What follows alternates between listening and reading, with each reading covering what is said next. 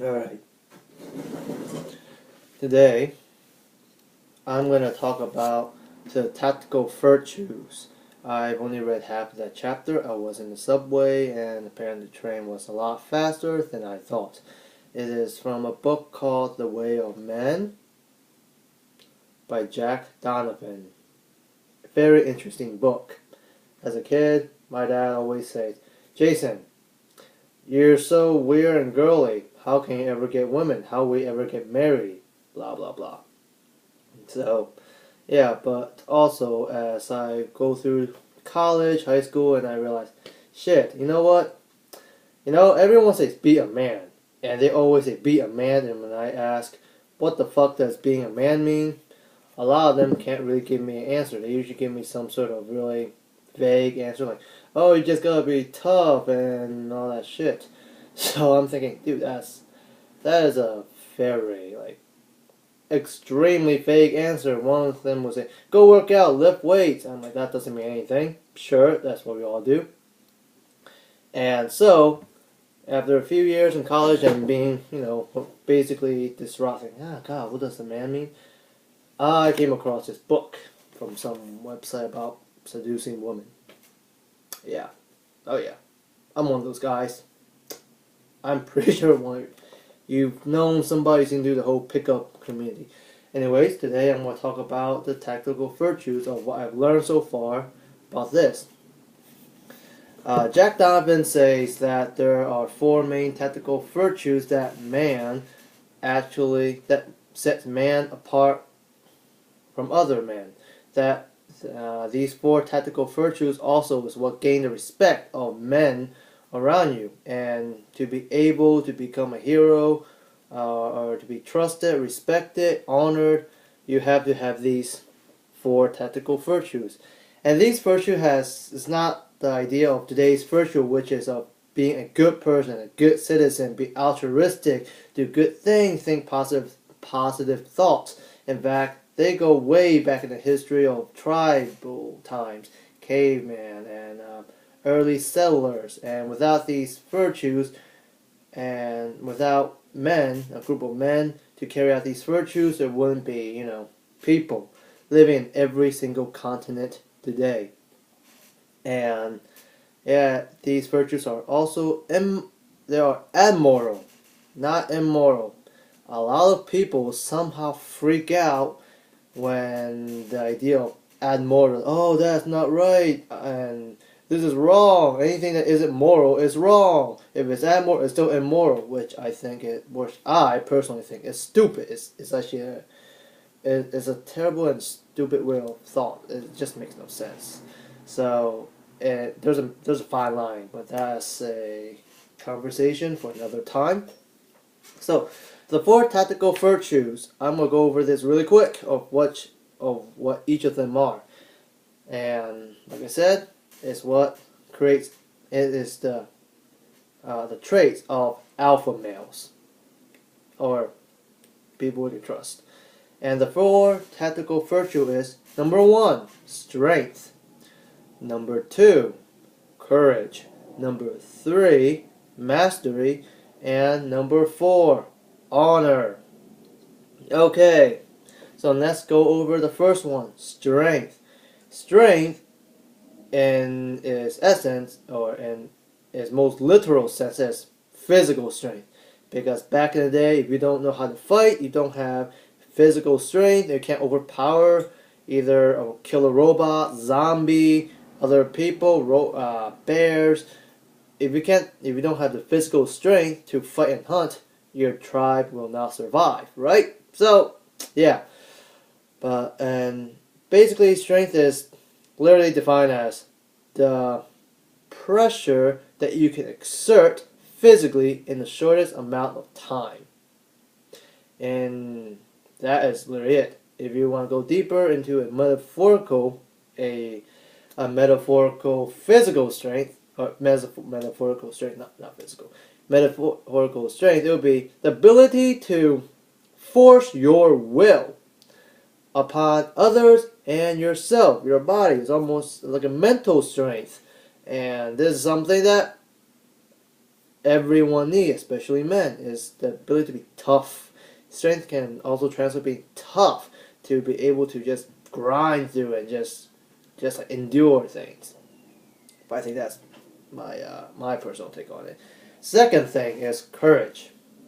Courage in Jack Donovan's definition in the book is gameness, the ability to do things like it's like fight, like your level of like toughness, your level willingness to fight, the willingness to stand up to a challenge, the willingness to do what you gotta do. And it's like game theory, or like game theory, where the dog, where you put dog fights, I do not condone dog fights, I've never seen it. I mean, I'm pretty sure Pokemon is a very prime example, but it's fictional. Oh, let's use Pokemon for all you nerdy folks out there. Pokemon. The Pokemon with the most strength, most ability, or the best ability, and most willing to strike first, have gameness, or the toughest one, the one that's willing to just win no matter what.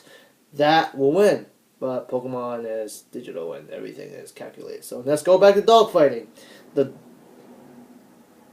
go into more weirder but very true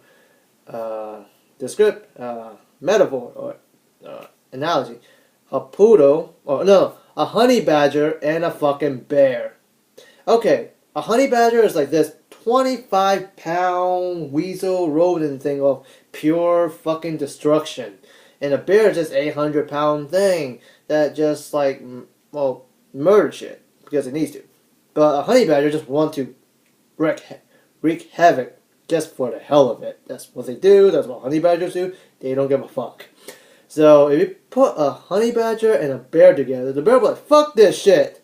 This shit's gonna fuck us up. No, I'm not fucking with a honey badger. The honey badger is a perfect example of literal courage. In Jack Donovan's sense, or Jack Donovan's definition of courage. If you've seen a YouTube video of honey badgers, you realize they're smart. They're incredibly intelligent of like figuring out how things work, and they will pick fight with things like that are bigger than it, more ferocious than it, more dangerous, poisonous, whatever. Even a porcupine with all its cool jabbing, it's like, hey, you know what? I don't give a fuck. If you jab me some more, I'm gonna shred you to pieces. So that's what a honey badger. But in today's world, courage is just the ability to be tough, to endure, to just go through things, to just rise up to the challenge. Because in today's world, you really need that. You have to have courage and toughness. I'm going to say it goes hand in hand. Courage and toughness to really get what you want in life. Third thing is mastery. Mastery is what you can bring to the table. What can you bring to the table, right? Invention, creativity, the ability to lead, a skill set, intelligence, I guess. And basically, it's the idea that back in the day, every man had to do their part. Their part could be joining the hunting gathering, and joining the hunting and fighting, defending the camp, creating new weapon technologies, crafting boats and stuff. So a sense of mastery, something to bring to the table, something of value to the survival of the camp or the tribe. And back then, a lot of men are not considered masculine if they do not have the ability of strength or courage.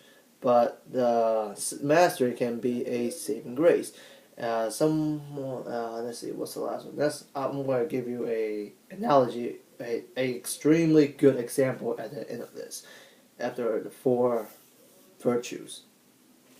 Last one is honor.